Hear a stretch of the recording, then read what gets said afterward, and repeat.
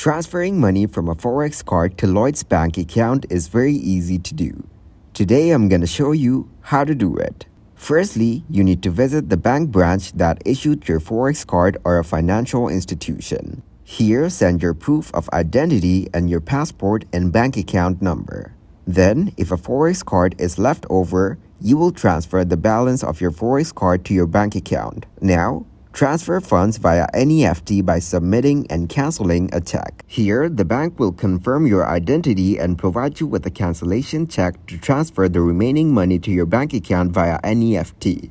Should transfer the amount only after verification. According to the Reserve Bank of India regulation, you cannot transfer the Forex card balance directly into other accounts. An official procedure can be utilized to move the Forex card balance to a bank account, with no different process specified. You must withdraw the amount of a Forex card issued by an Indian bank and cannot release the same amount from any foreign account because that is not included in the guidelines. The amount from Forex cards can be used for bill payments and other purposes during your visit, but not as money.